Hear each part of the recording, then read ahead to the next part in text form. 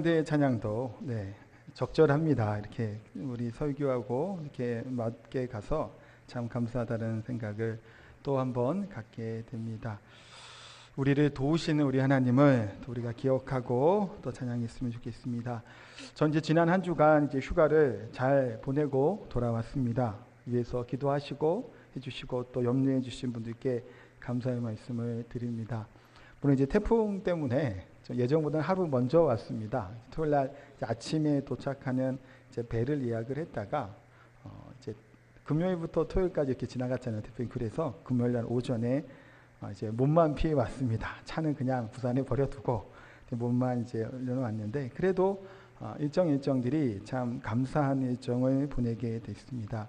그냥 비 온다는 예보가 있어서 우스갯소리로 이제 뭐 어떤 분들은 이제 비 피해 다니세요 그러기도 하고 이제 얘기를 했는데 저희가 일정에 갔던 곳에 비가 그렇게 많이 안 오더라고요. 그래서 와도 분위기 좋게 이렇게 조금씩 오고 또 차에 타니까 비가 오고 걸어 다니니까 또 그치기도 하기도 하고 하여튼 비가 옆으로 옮겨 다니고 그래서 하여튼 즐겁게 일정을 잘 마치고 이제 돌아오게 됐습니다. 하여튼 다시 한번 감사의 말씀을 드리고 우리나라 태풍이 좀 휩쓸고 지나갔죠. 그러니까 제주도로 이제 올라오면서 이제 서해안 따라 이렇게 좀 태풍이 지나갔는데 제가 이제 휴가를 보내면서 태풍 온다는 소식을 바로 들었어요. 휴가 시작하자마자 월요일날 저녁이었나? 그때 태풍 생겨서 올라온다고 들었는데 그러면서 이제 경로를 제가 이제 유심히 받고 또 언제 올지를 잠깐 보면서 이런 생각이 들었습니다. 몇 달 전에 있었던 한 달밖에 안 된 것 같은데 10호 태풍 크로사라고 하는 태풍이 일본을 강타한 적이 있습니다. 크로사가 몇 월 며칠 날 일본을 강타한지 혹시 기억하시나요? 8월 15일 날 일본을 강타하고 피해를 주고 지나갔습니다. 한 40여 명의 이제 사상자가 났다고 하니까 굉장히 강력한 태풍이었죠.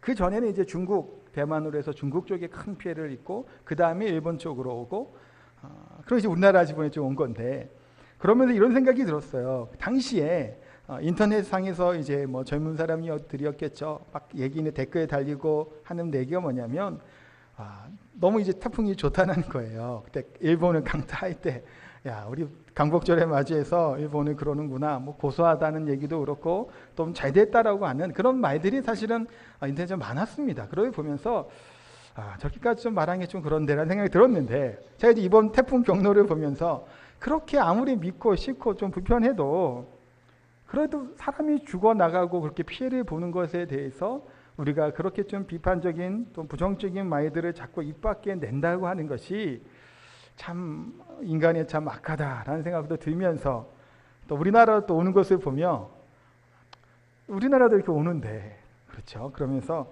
참 우리의 삶의 모습이 어떠한가라는 것을 한번 돌아보는 시간이 되었습니다. 특히 우리 그리스도인들은 화가 있을지라도 그것을 복으로 바꿀 수 있는 은혜가 있기를 소원합니다. 소문만복내라고 하는 말이 있습니다. 웃으면 복이 온다라는 얘기죠. 저도 어릴 때 보면 이제 그런 그 유머 일번지 같은 경우는 프로도 있었고 개그 프로가 많이 있었잖아요. 그러면서 그런 것을 보고했던 기억이 납니다. 사회가 어렵다고 얘기할 때, 경제가 어렵다고 얘기할 때, 힘들다고 얘기할 때 웃는다라는 큰 도움이 된다라는 겁니다. IMF 시대를 다들 아실 거예요. 그때 당시에 우리나라는 경제적으로 굉장히 어려웠습니다. 그때 두 사람의 스포츠, 영웅이라고 해야 될까요? 때문에 좀 위로와 힘을 얻었던 적이 있습니다. 양박이라고 해야 될까요? 투박이라고 해야 될까요? 박찬호하고 박세리였죠. 한 명은 메이저리그에서 삼진을 잡을 때마다 승리를 올릴 때마다 같이 한호를 했던 것이 기억이 나고 우승을 거머쥐는 박세리를 보면서 대리만족을 느끼며 위로를 받았던 기억들을 하게 됩니다. 이처럼 우리가 슬프고 어렵고 좀 힘든 그 시기에 웃는다라고 하는 것이 그만큼 도움이 되고 행복하게 만든다라고 하는 이야기지요. 사실 우리가 즐겁게 산다고 하는 것, 그것만큼 큰 복은 없다라는 생각을 하게 됩니다. 어떻게 우리 성도님들을 여쭤보고 싶어요. 매일매일 하루가 즐겁고 행복하신가요? 그렇죠. 어려워요. 요즘 세상이. 그렇죠. 대답을 못 하시는 것 같아요. 사실은 쉽지 않은 우리가 삶을 살아가는 것은 분명합니다.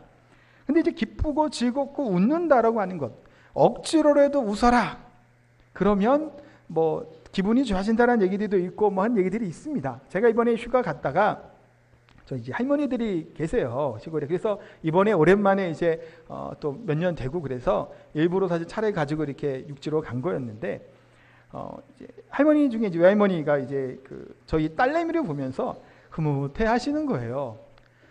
우리 딸내미는 좀 낯을 조금 덜 가리는 것 같아요. 우리 아들은 할머니 어릴 때도 이제 제가 찾아뵀을 때도 쭈삣쭈삣하고 가서 할머니 좀 안아드려 그래도 아들내미는 못 그러고 이렇게 하는 거예요. 또 연세가 많으시잖아요. 그러니까 애들이 또 연세 많은 분들한테 이렇게 선뜻 못하는 경우도 있고 그래서 좀 못했어요. 근데 둘째는 한번 안아드려 그랬더니 웃으면서 똑똑똑 가갖고 또 할머니 안아드리기도 하고 쌩글쌩글 웃는 것을 보면서 그 어르신들이 짓는 그 표정이 있죠. 제가 이제 여기 원고에 있는 흐뭇이라고 적었는데 흐뭇이라기보다는 이렇게 빙그레 웃으면서 이게 뭐라고 해야 될까요? 이렇게 좀 굉장히 귀하고 예쁘면 이렇게 보는 뭐 그 느낌 있잖아요.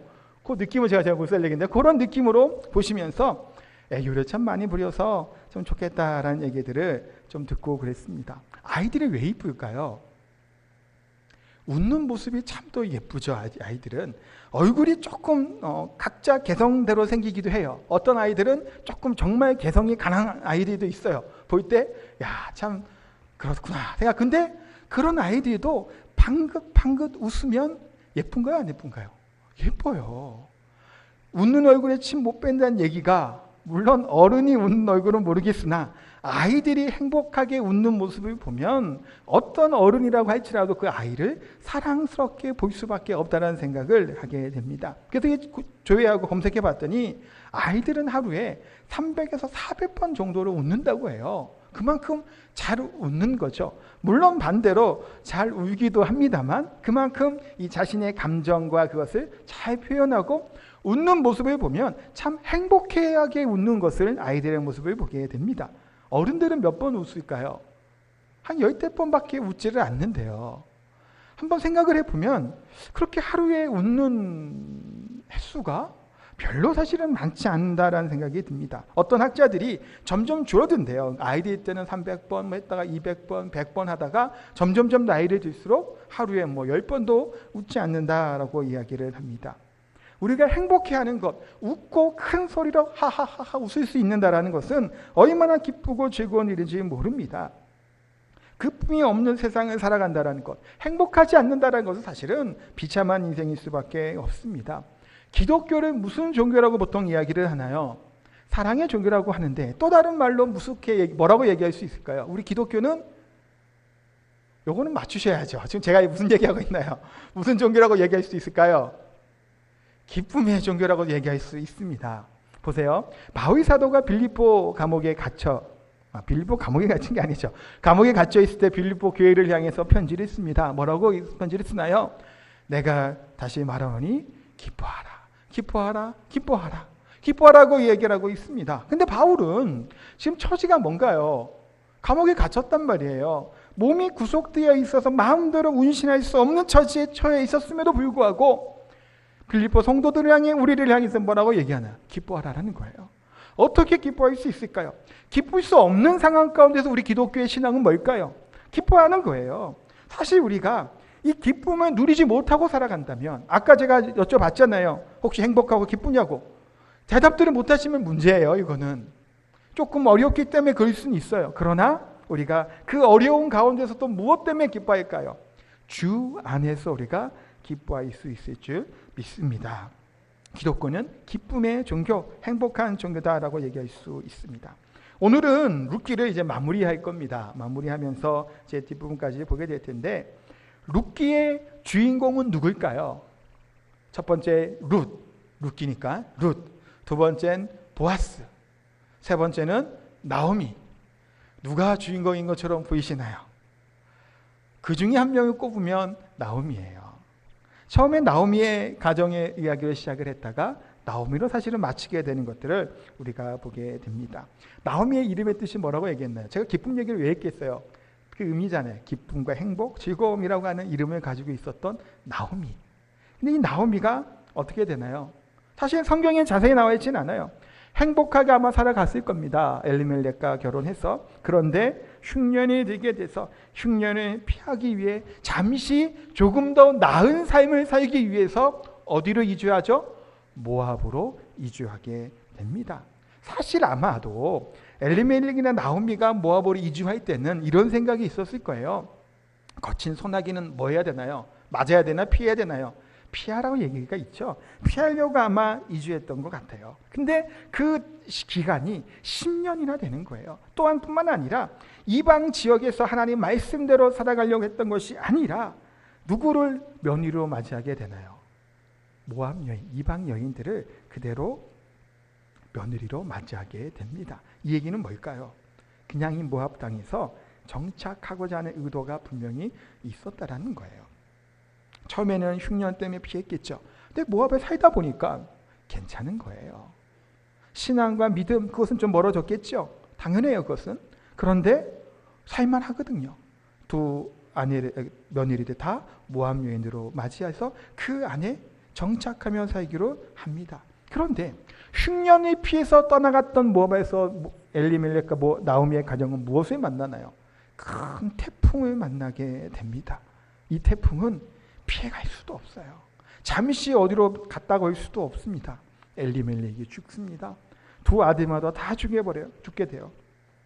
성공하고 더 나은 삶을 위해 따갔던 모압의 정착이 어떻게 되나요? 완전히 가문이 망하며 돌아오게 됩니다.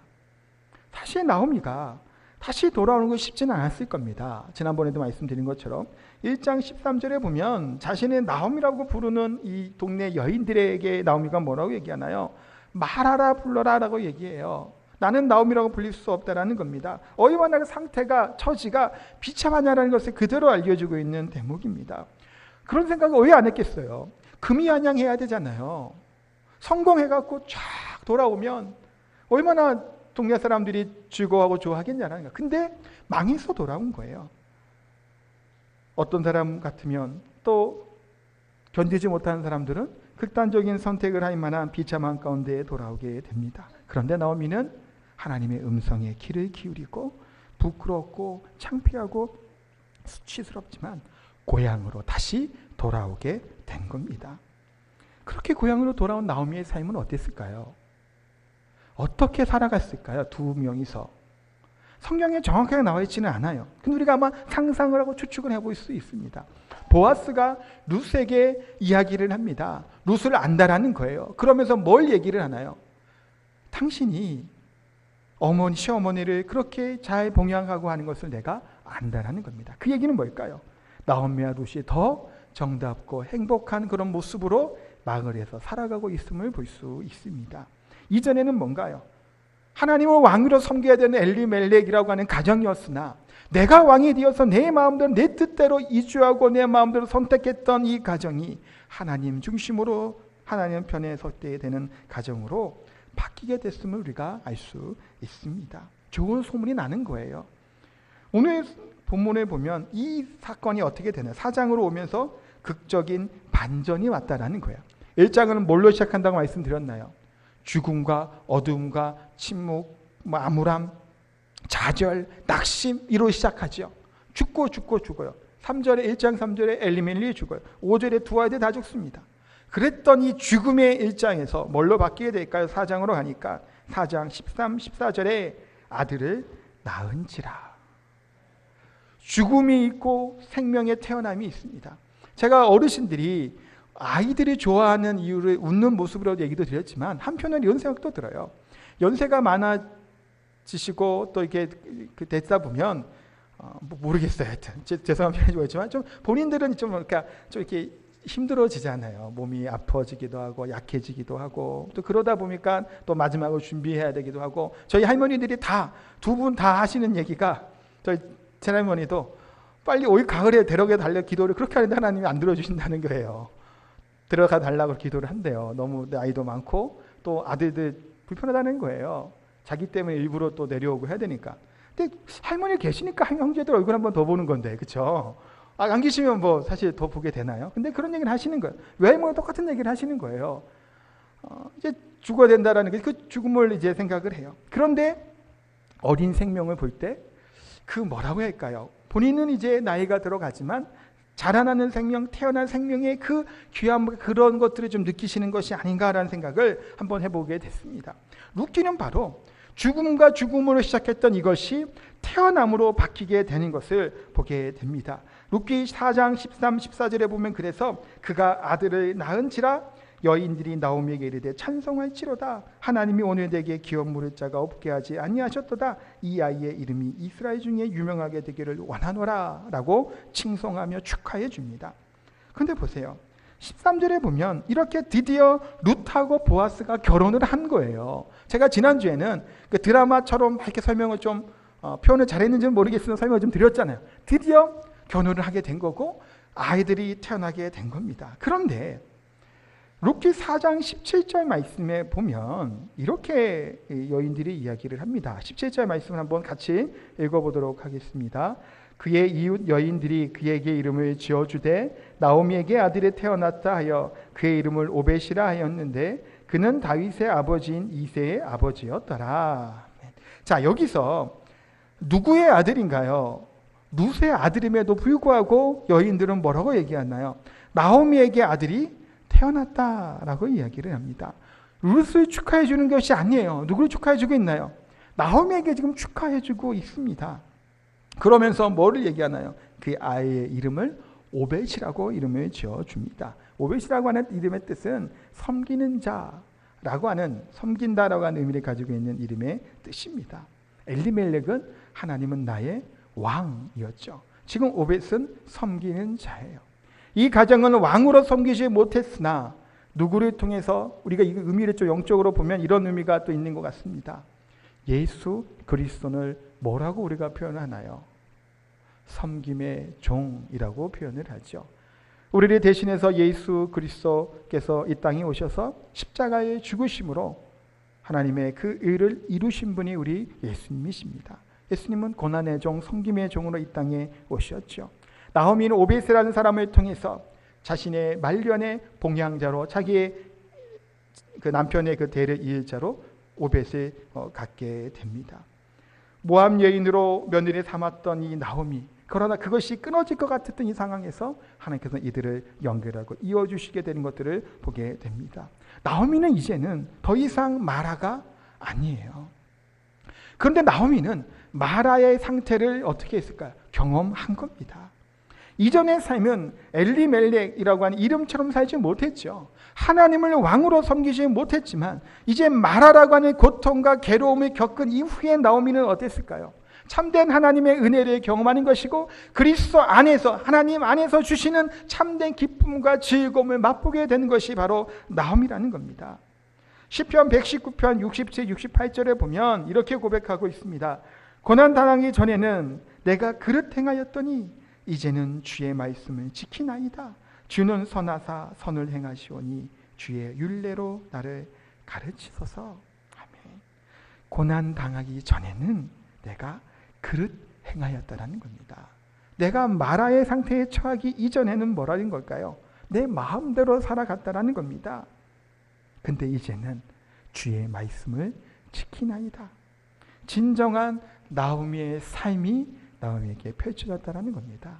나오미는, 우리 그리스도인은 뭘까요? 나오미와 같은 자들이죠. 기쁨과 행복하며 살아가는 존재들이다라는 겁니다. 그런데 하나님께서는 우리의 인생의 삶의 가운데 평탄한 길로만 우리를 인도하시냐라는 거예요. 하나님께서는 우리의 삶을 항상 아스팔트 포장된 도로처럼 편안하게 안정감 있게 그 길로만 우리를 인도하시지 않는다라는 거예요. 우리는 누구나 마라와 같은 이 고난을 경험하고 싶지 않아요. 고통을 겪고 싶지 않다라는 겁니다. 힘들고 어려운 이 삶을 누가 원하겠냐라는 거예요. 그런데 하나님은 어떠실까요? 그 고통의 순간에 우리를 내버려 두시는 거예요. 그 길로 우리를 인도하시는 겁니다. 그런데 이 고통의 순간에 우리는 피하지 마시기 바랍니다. 엘리멜렉 가정은 도망갔어요. 망했죠. 더 큰 마라의 고통의 삶이 이어지게 됩니다. 하나님께서는 원하시는 진정한 나오미의 삶, 기쁨의 삶을 살기 위해 하나님께서는 이 나오미의 가정을 이렇게 마라의 삶 가운데 이 삶을 통과하게 하셨다라는 겁니다. 우리나라에도 그렇지만 미국에도 이제 사지가 다 마비된 장애인 의사가 사실은 몇 명 되지 않는다고 합니다. 이들 중에서 이승복 의사라고 하는 분이 계세요. 자, 이제 어제 검색을 해보고 동영상도 좀 찾아보고 이렇게 뭐 다큐처럼 이게 찍은 그런 것들도 사실은 있더라고요. 이분이 존스 홉킨스 재활학과의 뭐 배트맨 닥터다라고 불릴 만큼 유명한 분이라고 합니다. 내용을 보니까 이분이 88 올림픽 그 국가대표를 준비했을 만큼 이제 체조적으로 굉장히 이제 유망했던 분이라고 해요. 어린 시절에 이제 이민에 가서 미국에 살다가 이제 뭐 이렇게 올림픽에 나가려고 했다라고 이제 알게 되는데, 이분이 훈련을 하다가 그런데 공중제비 돌지 않아요. 그러다가 턱 쪽이, 그러니까 얼굴 쪽이 바닥에 먼저 떨어지게 된 거예요. 그래서 목표가 부러지게 되는 이제 중상을 입게 되고, 그래서 사지가 다 마비되게 되는 그런 고통을 겪게 됩니다.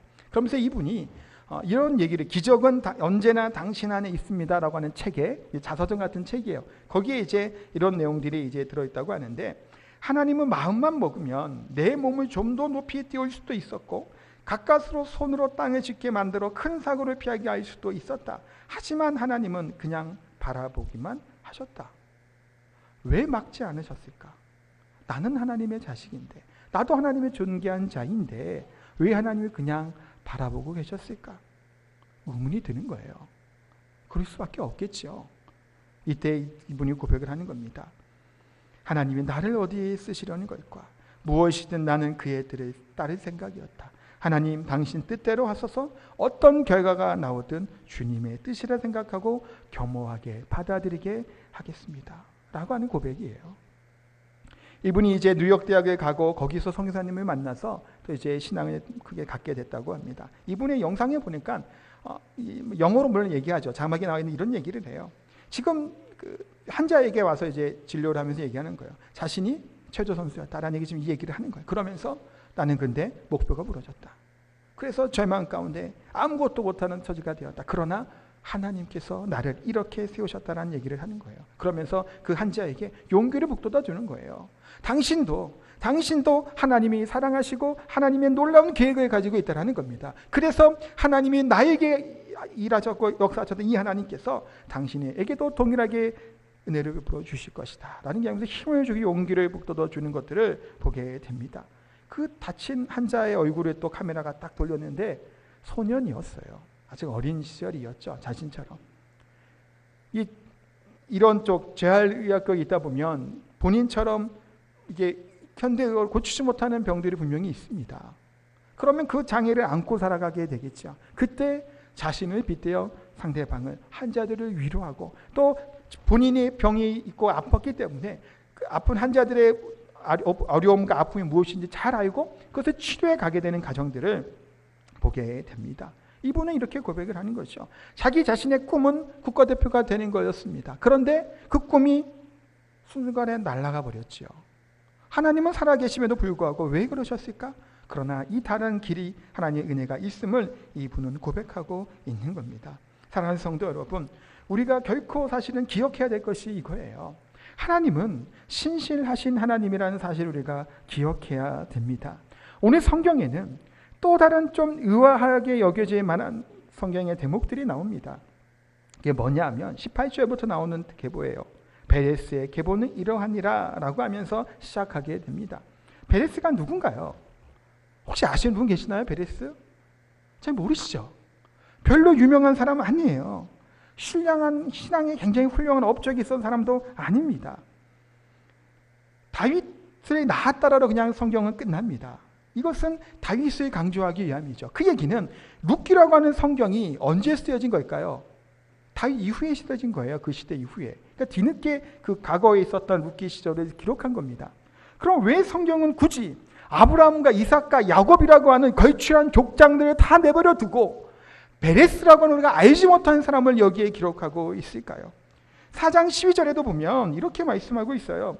여호와께서 이 젊은 여자로 말미암아 내게 상속자를 주사 내 집이 다말이 유다에게서 낳아준 베레스의 집과 같게 하시기를 원하노라 하니라.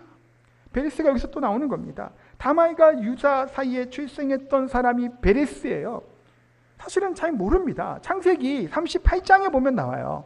38장에 보면 나오는데 창세기는 12장부터 아브라함과 이삭과 야곱 또 요셉으로 대한 이야기가 쭉 이어지죠.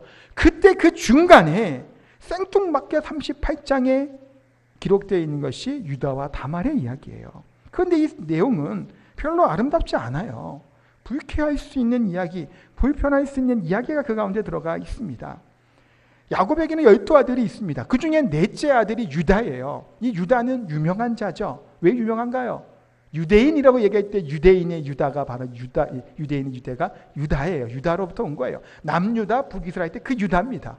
다윗이 유다로부터 가문에서 태어난 사람이에요. 그러니까 유명한 사람이고 그런 중요한 계보를 잇는 사람이에요. 그런데 유다라고 하는 사람이 가나안 여인, 가나안 사람의 수아라고 하는 사람과 교제하다가 그의 딸과 만나 결혼을 합니다.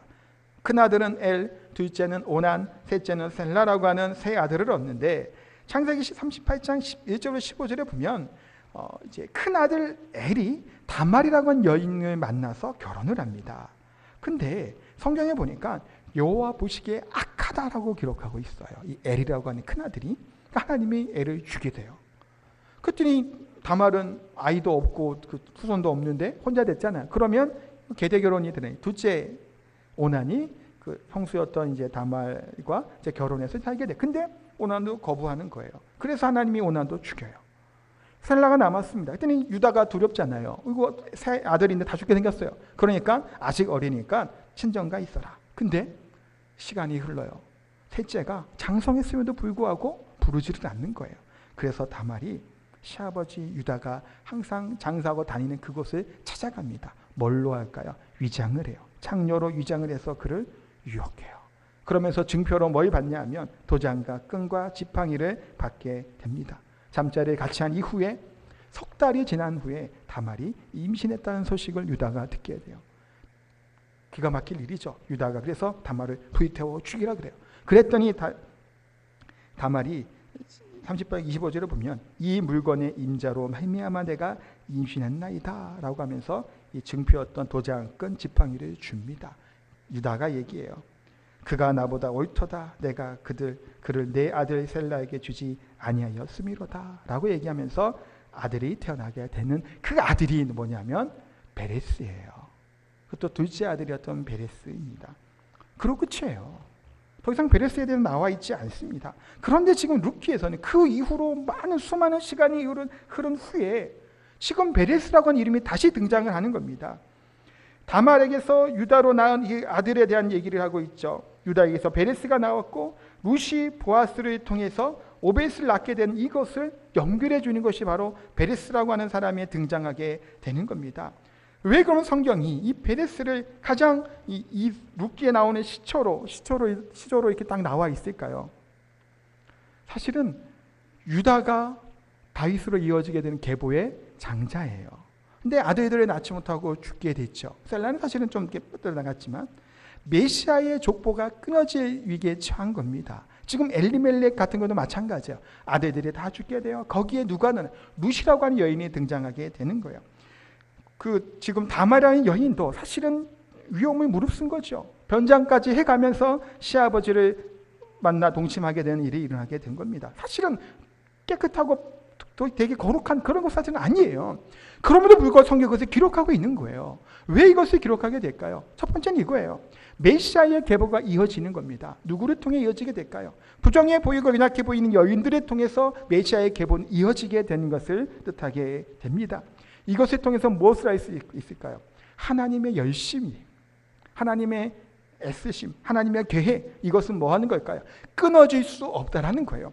엘이라고 하는 큰 아들이 악했단 말이에요. 하나님이 치셨어요. 오난도 악했어요. 하나님도 치셨죠. 그런데 하나님의 계획은 유다의 자녀를 통해서 베레스라고 하는 어찌 보면 그렇게 경건하지 못한 방법으로 태어난 아들이라고 할지라도 이를 통해서 하나님은 뭐 하는 걸까요? 구원의 계획을 이루어 나가시는 하나님이심을 성경은 알려주고 있는 겁니다. 반대로 뭐냐면 우리가 하나님의 자녀된 사람으로 마땅한 사람들이냐라는 거예요. 우리가 그렇게 거룩하고 잘났기 때문에 하나님의 자녀가 됐냐라는 거예요. 아니잖아요. 마찬가지예요. 다윗의 계보, 예수 그리스도의 메시아의 계보는 사실 그렇게 훌륭하지 못해요. 다말이라고 하는 이런 며느리, 라합이라고 하는 기생, 룻이라고 하는 이방 여인, 또 누가 나오나요? 다윗과 불륜을 하는 밧세바가 등장을 합니다. 마태복음에는 또 다른 여인 마리아가 등장하게 되죠. 처녀였는데 애를 낳게 된 거예요. 수치와 조롱거리가 될 수 있는 상황들이라는 겁니다.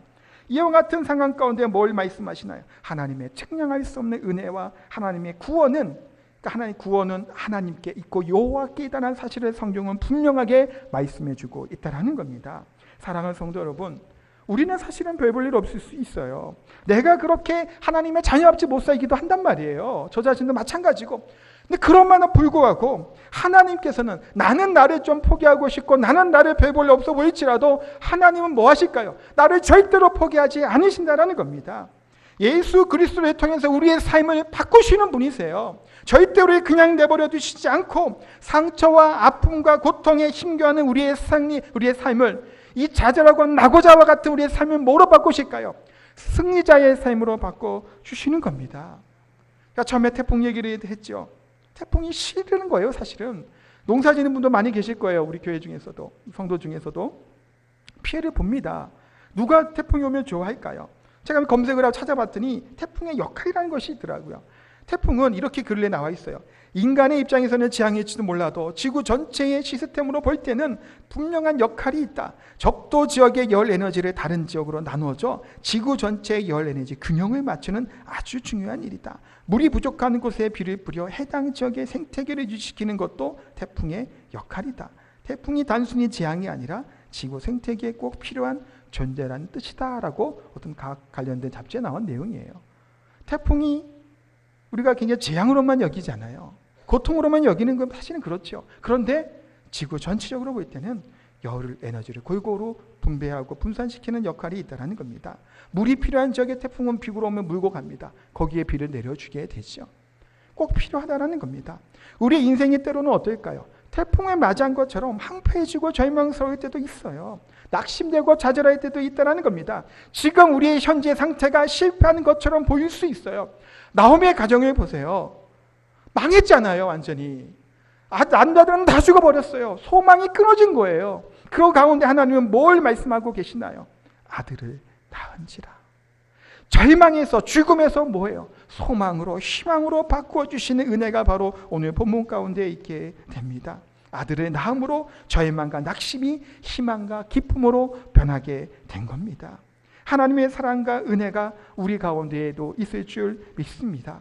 자기 아들을 주기까지 우리를 사랑하신 그 하나님의 사랑이 우리 가운데 있는데 우리가 좌절하거나 망망하거나 절대로 우리가 인생을 포기하는 인생이 되어서는 안 된다는 거예요. 절망 가운데 있을지라도 두려움 가운데 있을지라도 하나님 우리를 어떻게 하실까요? 다시 세우시고 진정한 나오미처럼 기쁨과 행복한 우리의 인생으로 바꿔주실 하나님의 은혜를 기억하고 감사할 수 있는, 그 하나님이 기대할 수 있는 저 우리 성도님 되시기를 주님의 이름으로 축복하고 기도합니다. 찬양하도록 하겠습니다.